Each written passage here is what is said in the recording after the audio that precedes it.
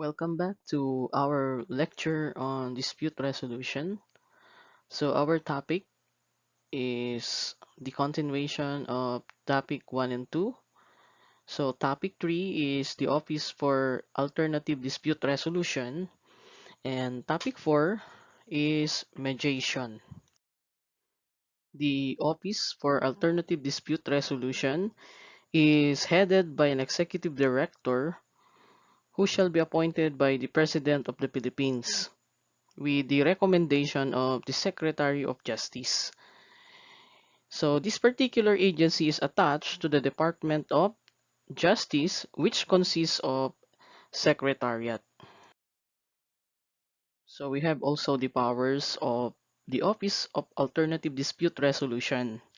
One, they act as the appointing authority of mediators and arbitrators to conduct seminars, symposia, conferences, and other public fora, and publish proceedings of the said activities and relevant materials information that could promote, develop, and expand the use of alternative dispute resolution, to establish an alternative dispute resolution library or resource center where alternative dispute resolution laws, rules, regulation, jurisprudence, books, and the like, okay, particularly in the Philippines, may be stored and easily accessed, to establish training programs for the alternative dispute resolution providers and practitioners, both in public and private sectors, okay, most especially for continuing training programs. So they are required to undertake, okay, periodic training program on arbitration and mediation, and of course to charge fees on participants. So this is in cooperation with the Integrated Bar of the Philippines, okay, private alternative dispute resolution organizations, and local and foreign government offices and agencies, and also the international organizations. They also certify those who have successfully completed the regular professional training programs provided by the Office of Alternative Dispute Resolution, to charge for services rendered, such as among others for training and certifications of alternative dispute resolution providers, and also to accept donations, grants, and other assistance from local and foreign sources.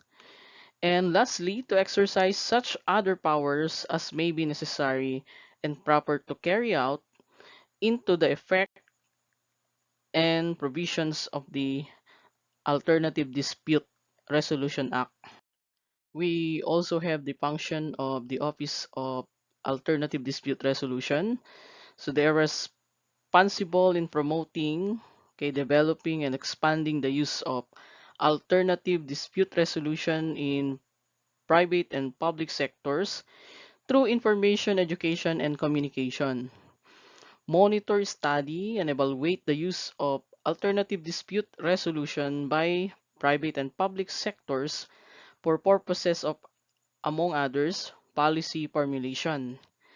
To recommend, okay, to the Congress, okay, needful statutory changes to develop, strengthen, and improve alternative dispute resolution practices in accordance with international professional standards, and to make studies and provide linkages for the development, implementation, monitoring, and evaluation of government and private alternative dispute resolution programs, and secure information about their respective administrative rules, procedures, okay, problems encountered, and how they were resolved.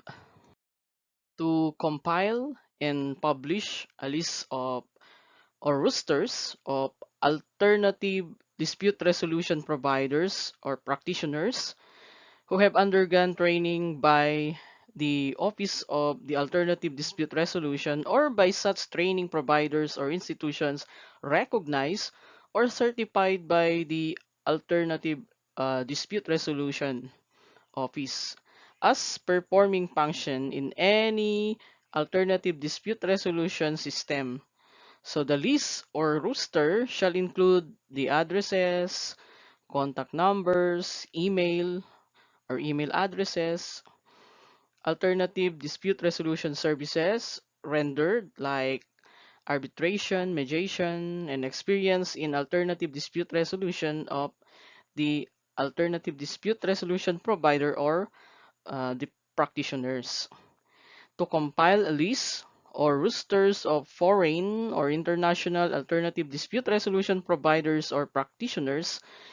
So the list or rosters shall include the addresses, contact numbers, email addresses, alternative dispute resolution services rendered like arbitration, mediation, and their experiences in alternative dispute resolution of the alternative dispute resolution provider or practitioners, and to perform such other functions as may be assigned to it.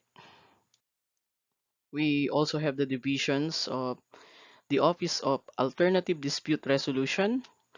One, okay, the Secretariat. Secretariat shall provide necessary support and discharge such other functions and duties as may be directed by the Executive Director. Public Information and Promotion Division shall be charged with the dissemination of information, the promotion of the importance and public acceptance of mediation, conciliation, arbitration, or any combination thereof, and other alternative dispute resolution forms as a means of achieving speedy and efficient means of resolving all disputes and to help in the promotion, development, and expansion of the use of alternative dispute resolution. Next, we have Training Division. Training Division shall be charged with the formulation of effective standards for the training of alternative dispute resolution practitioners, conduct of training in accordance with such standards, issuance of certifications of training to the practitioners, service providers who have undergone the professional training provided by the Office of Alternative Dispute Resolution, and the coordination of the development, implementation, monitoring, and evaluation of government and private sector alternative dispute resolution programs. We also have the records and library division. It shall be charged with the establishment and maintenance of a central repository or alternative dispute resolution laws, rules and regulations, jurisprudence, books, articles, and other information about alternative dispute resolution in the Philippines and elsewhere. Role of the Advisory Council. The Advisory Council shall advise the Executive Director on policy, operational, and other relevant matters. Take note that the Council shall meet regularly at least once every 2 months or upon call by the Executive Director. The Advisory Council shall compose of a mediation profession, arbitration profession, alternative dispute resolution organization, integrated bar of the Philippines, and academe. So the members of the council who shall be appointed by the Secretary of Justice upon the recommendation of the Office of the Alternative Dispute Resolution Executive Director shall choose a chairman from among themselves. The scope of application of the implementing rules. So these rules apply to voluntary mediation, whether ad hoc, Ad hoc means any mediation other than institutional or court annex. Or institutional, which means any mediation process conducted under the rules of mediation institution. Other than court annex mediation means mediation process conducted under the auspices of the court and in accordance with Supreme Court approved guidelines after such court has acquired jurisdiction of the dispute and only in default of an agreement of the parties on the applicable rules. So these rules shall also apply to all cases pending before an administrative or quasi-judicial agency that are subsequently agreed upon by the parties to be referred to mediation. Topic 4. Mediation. In applying and construing the provisions of these rules, consideration must be given to the need to promote truthfulness of parties and mediators through confidentiality of the mediation process, the policy of fostering prompt, economical, and amicable resolution of disputes in accordance with principles of integrity of determination by the parties and the policy that the decision-making authority in the mediation process rests with the parties. A party may petition a court before which an action is prematurely brought in a matter which is the subject of a mediation agreement if at least one party so requests not later than the pretrial conference or upon the request of both parties thereafter to refer the parties to mediation in accordance with the agreement of the parties. For the selection of a mediator, the parties have the freedom to select a mediator. The parties may request the Office for Alternative Dispute Resolution to provide them lists or rosters or the resumes of its certified mediators. The Office for the Alternative Dispute Resolution may be requested to inform the mediator of his or her selection. Is it required that a mediator has special qualifications by background or profession? So, as a rule, Alternative Dispute Resolution Act does not require that a mediator shall have special qualifications by background or profession unless the special qualifications of a mediator are required in the mediation agreement or by the mediation parties. May a party waive his right to participate in mediation? The answer is yes, except as otherwise provided in Republic Act 9285. A party may designate a lawyer or any other person to provide assistance in the mediation. A lawyer of his right shall be made in writing by the party waiving it. A waiver of participation or legal representation may be rescinded anytime. If we say rescind, means to revoke or cancel. When a mediator be replaced, if the mediator selected is unable to act as such for any reason, the parties may, upon being informed of such fact, select another mediator. What are the grounds wherein a mediator may refuse or withdraw such? A. Any of the parties so requests the mediator to withdraw. B. The mediator does not have the qualifications. Qualifications includes training and expertise to enable him or her to meet the reasonable expectations of the parties. C. Where the mediators impartially is in question. D. If continuation of the process would violate any ethical standards. Letter E. If the safety of any of the parties would be jeopardized. Letter F. If the mediator is unable to provide effective services. Letter G. In case of conflict of interest. And H.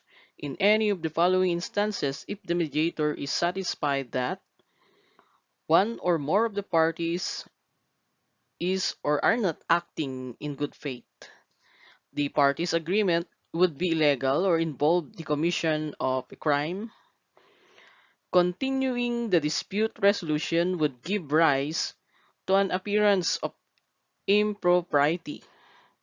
Continuing with the process would cause significant harm to a non-participating person or the public, or continuing discussion would not be in the best interest of the parties, their minor children, or the dispute resolution process.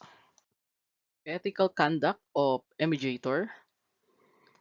Competence.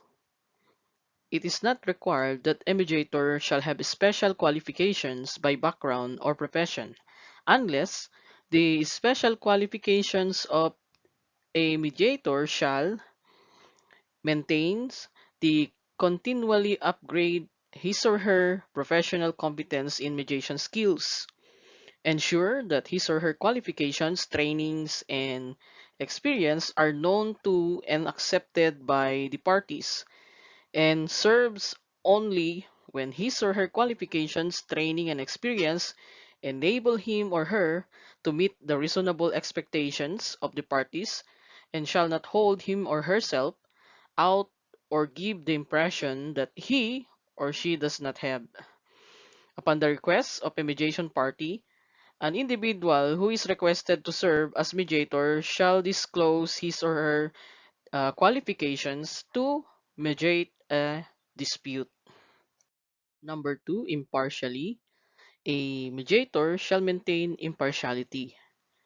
Before accepting a mediation, an individual who is requested to serve as mediator shall make an inquiry that is reasonable under the circumstances to determine whether there are known facts that a reasonable individual would consider likely to affect the impartiality of the mediator, including a financial or personal interest in the outcome of the mediation, and any existing or past relationship with a party of foreseeable participants in the mediation, and disclose to the mediation parties any such fact known or learned as soon as practicable before accepting a mediation. Letter B. If a mediator learns any fact described in paragraph A of this article after accepting a mediation, the mediator shall disclose as soon as practicable to the mediation parties.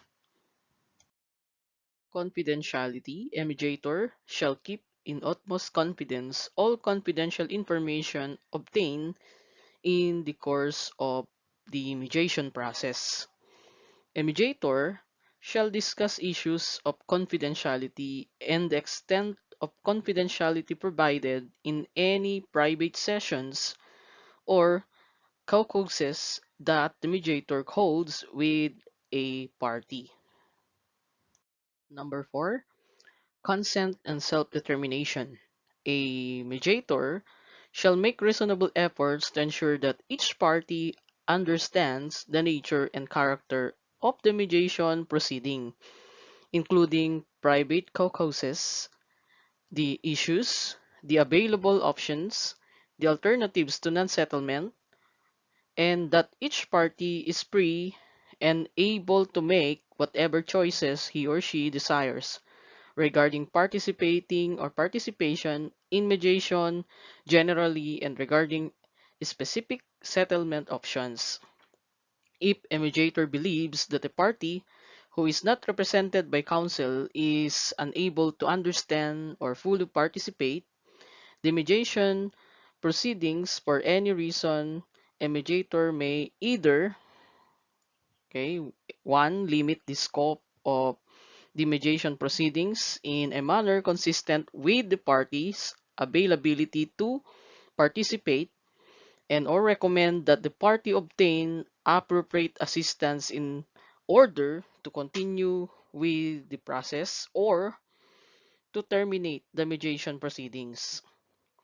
A mediator shall recognize and put in mind that the primary responsibility of resolving a dispute and the shaping of voluntary and uncoerced settlement rests with the parties. Number 5, separation of mediation from counseling and legal advice.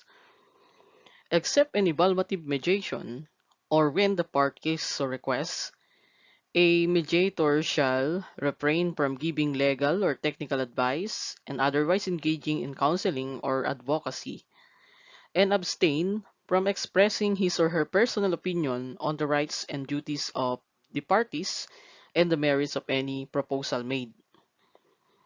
Letter B, where appropriate and where either or both parties are not represented by counsel, a mediator shall recommend that the parties seek outside professional advice to help them make informed decision and to understand the implication of any proposal, and suggest that the parties seek independent legal or technical advice before a settlement agreement is signed.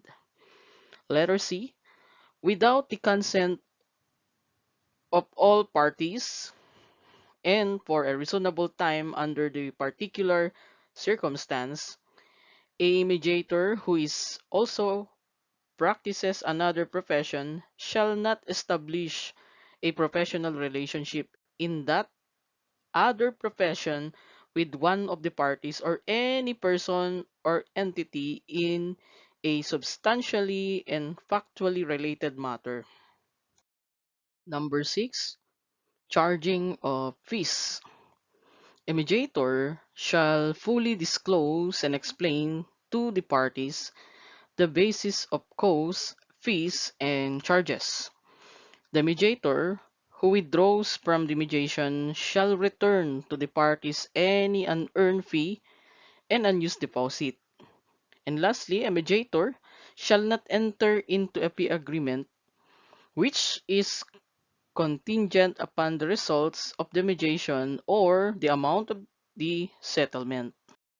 Number 7, promotion of respect and control of abuse of process. The mediator shall encourage mutual respect between the parties and shall take reasonable steps subject to the principle of self-determination to limit abuses of the mediation process. Number 8, solicitation or acceptance of any gift.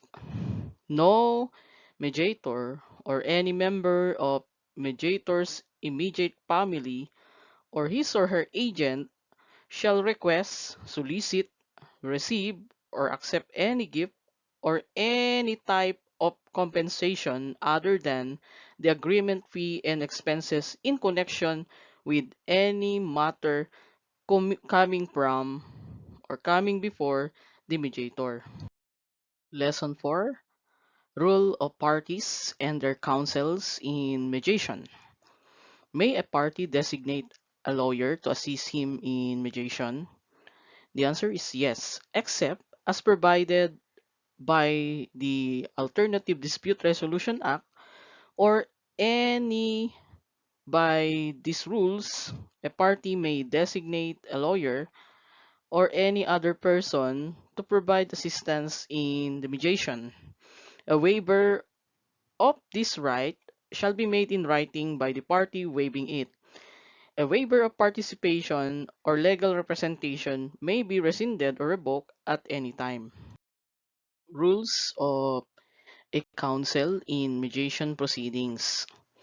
The lawyer shall view his or her role in mediation as a collaborator with the other lawyer in working together toward the common goal of helping their clients resolve their differences to their mutual advantage. The lawyer shall encourage and assist his or her client to actively participate in positive discussion and cooperate in crafting an agreement to resolve their dispute. The lawyer must assist his or her client to comprehend and appreciate the mediation process and its benefits, as well as the client's greater personal responsibility for the success of mediation in resolving the dispute. In preparing for participation in mediation, the lawyer shall confer and discuss with his or her client the following. The mediation process as essentially a negotiation between the parties assisted by their respective lawyers and facilitated by a mediator, stressing its difference from litigation, its advantages and benefits, the client's heightened role in mediation and responsibility for its success, and explaining the role of the lawyer in mediation proceedings. The substance of the upcoming mediation may include the substantive issues involved in the dispute and their prioritization in terms of importance to his or her client's real interests and needs. The study of other parties' position in relation to the issues with a view to understanding the underlying interests, fears, concerns, and needs. The information or facts to be gathered or sought from the other side or to be exchanged that are necessary for informed decision making. The possible options for settlement, but stressing the need to be open-minded about other possibilities and the best, worst, and the most likely alternative to a non-negotiated settlement. What other matters a counsel must do to assist in mediation? To assist in the mediation, the lawyer shall give support to the mediator so that his or her client will fully understand the rules and processes of mediation. Shall impress upon his or her client the importance of speaking for himself or herself and taking responsibility for making decisions during the negotiations within the mediation process. May ask for a recess in order to give advice or suggestions to his or her client in private. If he or she perceives that his or her client is unable to bargain effectively. And lastly, shall assist his or her client and the mediator put in writing the terms of the settlement or settlement agreement that the parties have entered into, that lawyers shall see to it that the terms of the settlement agreement are not contrary to the law, morals, good customs, public order, or public policy. Lesson 5: Conduct of Mediation. So what are the articles to be considered in the conduct of mediation? The mediator shall not make untruthful or exaggerated claims about the dispute resolution process, its cause and benefits, its outcome, or the mediator's qualifications and abilities during the entire mediation process. The mediator shall help the parties reach a satisfactory resolution to their dispute but has no authority to impose a settlement on the parties. The parties shall personally appear for mediation and may be assisted by a lawyer. A party may be represented by an agent who must have full authority to negotiate and settle the dispute. The mediation process shall in general consist of the following stages: the opening statement of the mediator, individual narration by the parties, exchange by the parties, summary of issues, generation and evaluation of options, and closure. The mediation proceeding shall be held in private. Person other than the parties, their representatives, and mediator may attend only with the consent of all the parties. The mediation shall be closed by the execution of a settlement agreement by the parties, by the withdrawal of any party from mediation, and by the written declaration of the mediator that any further effort at mediation would not be helpful. Lesson 6. Effect of agreement to submit a dispute to mediation under institutional rules. So what does an agreement to submit a dispute to mediator by an institution includes? An agreement to submit a dispute to mediation by an institution shall include an agreement to be bound by the internal mediation and administrative policies of such institution. Further, an agreement to submit a dispute to mediation under institutional mediation rules shall be deemed to include an agreement to have such rules govern the mediation of the dispute and for the mediator, the parties, their respective counsels, and non-party participants to abide by such rules. Lesson 7. Enforcement of Mediated Settlement Agreement. So here are the operative principles to guide mediation. A settlement agreement following successful mediation shall be prepared by the parties with the assistance of their respective counsels, if any, and by the mediator. The parties and their respective counsels shall endeavor to make the terms and conditions of the settlement agreement complete and to make adequate provisions for the contingency of breach to avoid conflicting interpretations of the agreement. The parties and their respective counsels, if any, shall sign the settlement agreement.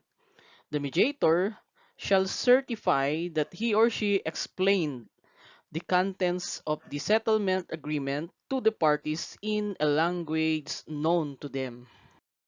If the parties agree, the settlement agreement may be jointly deposited by the parties or deposited by one party with prior notice to the other parties with the clerk of court of the regional trial court, where the principal place of business in the Philippines or any of the parties is located. If any of the parties is an individual, where any of those individuals resides, or in the National Capital Judicial Region, where there is a need to enforce the settlement agreement, a petition may be filed by any of the parties with the same court, in which case the court shall proceed summarily to hear the petition, in accordance with the special alternative dispute resolution rules.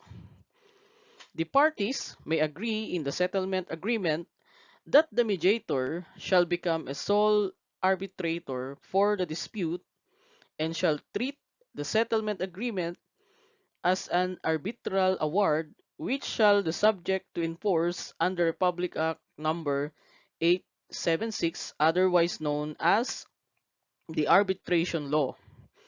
Notwithstanding the provisions of Executive Order number 108 or 1008 series of 1985, or otherwise known as the Construction Industry Arbitration Law, for mediated disputes outside the Construction Industry Arbitration Commission.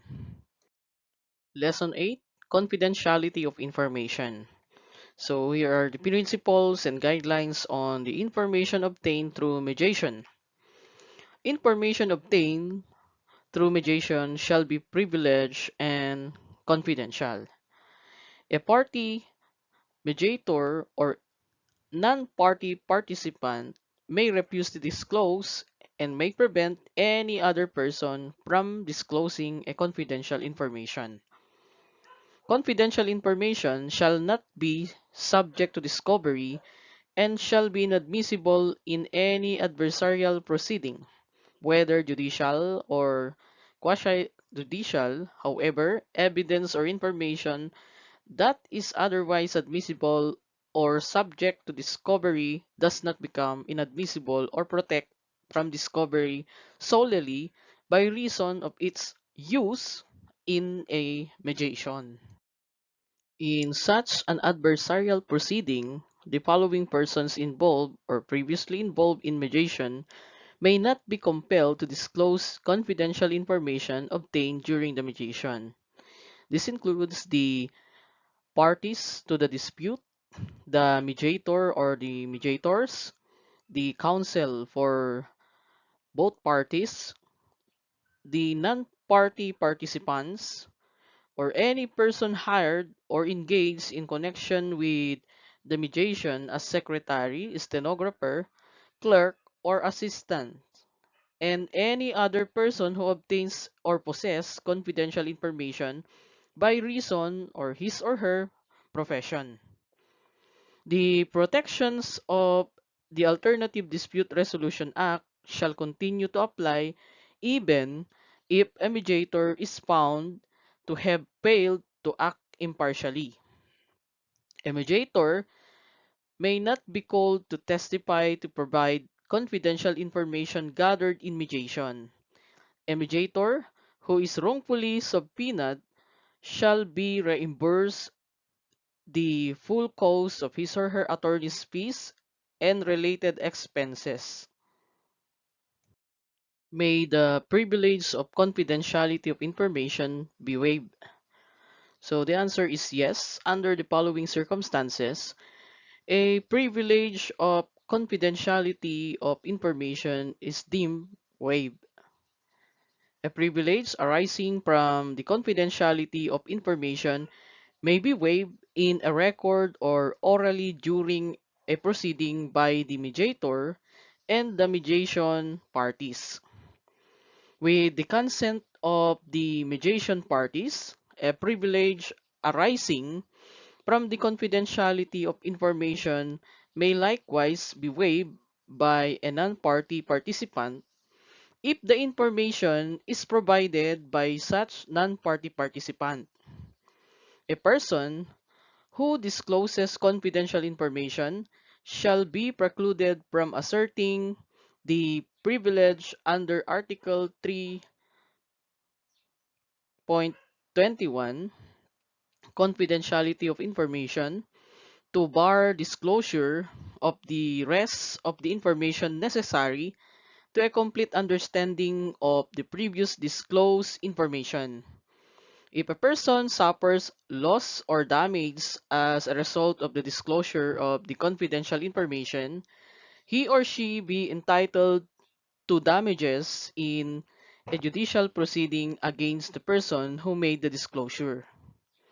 A person who discloses or makes a representation about a mediation is precluded from asserting the privilege mentioned in Article 3 to the extent that the communication prejudices another person in the proceeding, and it is necessary for the person prejudiced to respond to the representation or disclosure. What are the exceptions to the privilege of confidentiality of information? There is no privilege against disclosure in the following instances: in an agreement evidenced by a record authenticated by all parties to the agreement, available to the public, or made during a session of a mediation which is open or is required by law to be open to the public. A threat or statement of a plan to inflict bodily injury or commit a crime of violence, intentionally used to plan a crime, attempt to commit or a crime, or counsel an ongoing crime or criminal activity. Sought or offered to prove or disprove abuse, neglect, abandonment, or exploitation in a proceeding in which a public agency is protecting the interests of an individual protected by law.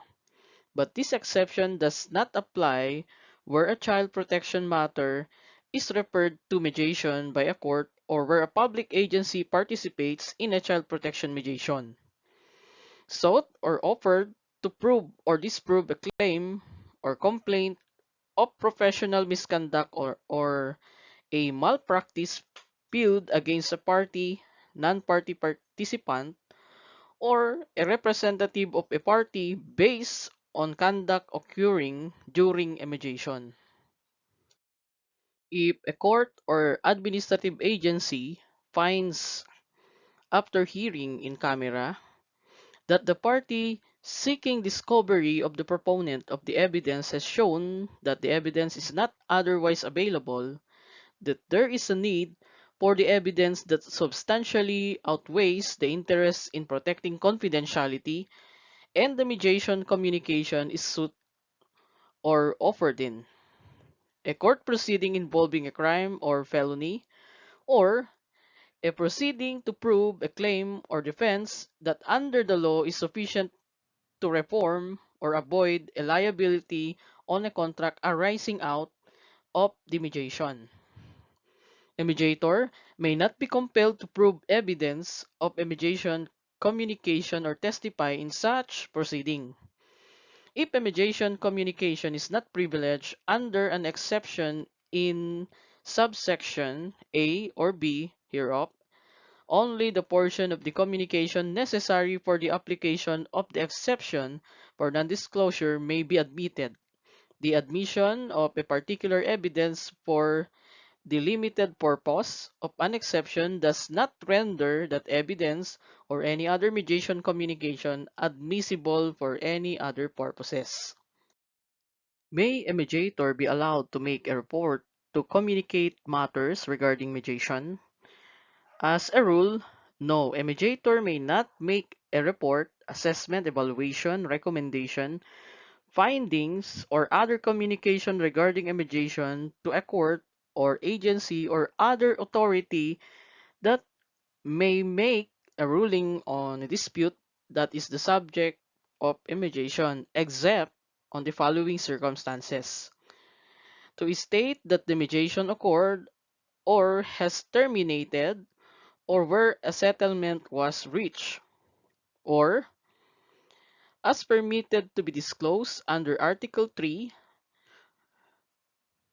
exception to the privilege of the confidentiality of information, the parties may, by an agreement in writing, stipulate that the settlement agreement shall be sealed and not disclosed to any third party, including the court. Such stipulation, however, shall not apply to a proceeding to enforce or set aside the settlement agreement. Lesson 9: Peace and Cause of Mediation. In ad hoc mediation, the parties are free to make their own agreement or arrangement as to mediation cause and fees. In default thereof, the schedule of cause and fees to be approved by the Office of the Alternative Dispute Resolution, and it shall be followed. In institutional mediation cause shall include the administrative charges of the mediation institution under which the parties have agreed to be bound, mediators' fees, and associated expenses, if any, in default of agreement of the parties as to the amount and manner of payment of mediation's costs and fees. The same shall be determined in accordance with the applicable internal rules of the mediation service providers under whose rules the mediation is conducted. Factors in determining mediation fee. A mediation service provider may determine such mediation fee as is reasonable, taking into consideration the following factors among others. 1. The complexity of the case. So we are referring to the quality, how serious is the issue all about. Second, the number of hours spent in mediation. And lastly, the training experience and stature of mediators. Thank you so much for listening, guys. Happy learning. Bye.